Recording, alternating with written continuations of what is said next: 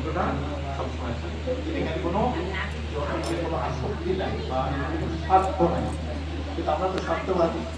এর জন্য আমাদের এই কলহ হচ্ছে, একে অপরের প্রতি কলহ, হিংসা, মারামারি।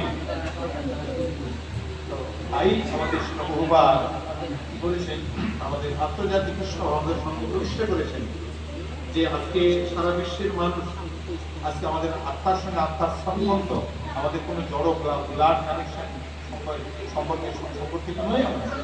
আমরা হচ্ছে আত্মাত্মীয় আত্মীয় কাকে বলে, যে আত্মার সন্তান হচ্ছে আত্মীয়। আজকে দেখা যাচ্ছে আমাদের এই সংসারে এই সমস্ত অন্ত পুত্র পরিবারদেরকে নিয়ে সৃষ্টি হচ্ছে। আমরা পূর্বে দেখেছি গৌরব মানবদের মধ্যে রয়েছে। এরকম বর্তমান পরিযুগে অত্যন্ত প্রবলভাবে বিস্তার লাভ করছে। তো তাই আমাদের কৃষ্ণ কেন্দ্রিক ভাবে জীবনযাপন সেটা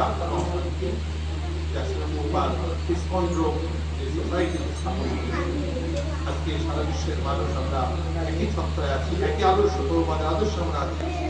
আমাদের আদর্শ যদি সঠিক থাকে নিশ্চিতভাবে আমাদের মধ্যে কোনো দেশ হিংসা অত্যাচার। তাই প্রভুপাদের সুযোগ্য শিষ্য ছিল